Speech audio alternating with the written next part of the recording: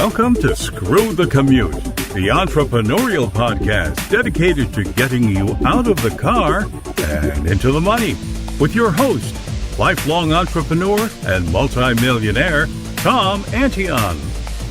Hey everybody, it's Tom here with episode 959 of Screw the Commute podcast. Today we're going to talk about YouTube end screens and how it can really help you out. This is part of our YouTube quick tips series starting on episode 944.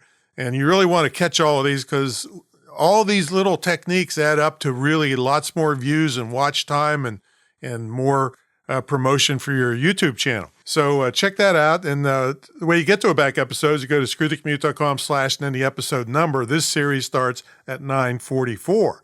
But the last video, or the last episode, was, I'm thinking video like crazy, this whole series. Episode 958 was on scheduling. So when to schedule, when not to schedule, and all that stuff. Pick up a copy of our automation ebook at screwthecommute.com/automate free. And check out my mentor program at greatinternetmarketingtraining.com, where if you're in it, you get a $19,000 scholarship that you can gift to someone in your life at my school, the only licensed dedicated internet and digital marketing school in the country, imtcva.org, and is certified to operate by SCHEV, the State Council on Higher Education in Virginia. But you don't have to be in Virginia because it's distance learning. All right, so let's talk about end screens. End screens are what pops up. It would have to be at least 20 seconds before the end of your video.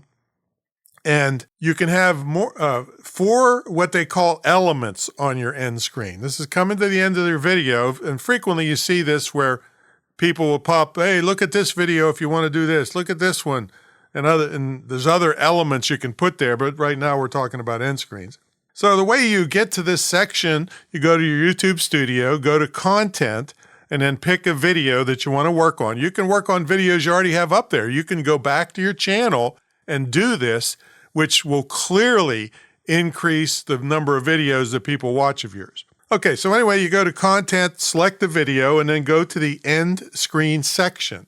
Now, you can only do this. This isn't for shorts. That's a different thing that we'll talk about on our next episode, but your video has to be at least 25 seconds long, okay, for this to work. And it can't be made for kids, and there's some other mobile restrictions and things. But anyway, it's a really powerful technique that you can take advantage of. Now, when you get to this end screen area, you're going to click on either the plus sign or add, and it's going to be like add element.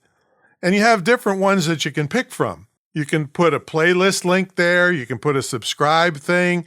You can put a channel link, and then some people can put links, if they're in their partner program, to external websites. But anyway, we're talking about putting videos there so people watch more of them. See, there's a thing called session time, and it's way more important. This is one of the techniques that better YouTubers use rather than just yapping about subscribe and hit like and all that stuff. That's all important and good, but this is more important, that people watch a greater session time or have a greater session time, which means that they watch one of your videos all the way to the end, and then they watch another one and another one and another one. It leads them, to session time is a major, major part of the YouTube algorithm where they recommend your video to more people. See, so this is how important this is. Now, when you click on the plus or the add element, the first one that comes up is video. So you click on video, and it's going to give you a chance to pick some templates so you don't have to line up stuff yourself, but you can if you want. You can just skip that and then move videos around wherever you want them. But you got to be careful with this because you don't want to move a video on top of you speaking or any other important things on the screen. And it'll allow you to preview it so that you can make sure that the videos you're suggesting, the thumbnails are not covering up important things on the end of the video you're working on. Now, when you do select video element, you have several choices. One is you can leave it as the most recent video, so it's like the last video you put up, or you can click the next button and it says best for viewer. This is where YouTube says, hey, from all your videos, this is the one they're most likely to watch next. Now, that wouldn't make sense if you are pointing, when you're shooting your video and saying, hey, click right here if you want to see X, Y, and Z video, because, it may not be X, Y, and Z video if you let YouTube pick it. All right. So be careful if you use that one. And then the last one is choose the video. So that brings up all your videos, and then you pick the exact video that you want and exactly where it's going to be on the screen. And then you can, if you want to, point to it when you're talking in the end of the video that it's going to be on. All right. And like I said, you can drag it around and move it and all that stuff. So then you set the time frame. It has to be at least 5 seconds, but maximum 20 seconds. And also you can pick a grid that helps you line things up. The people won't see the grid, but you will see it as you're working on this to make sure things look nice, and the video at the top left lines up with the one on the bottom left and that kind of stuff. But you don't have to do that. You can always go back and edit these also. See, you're not carved in stone when you do this. So that's a good thing.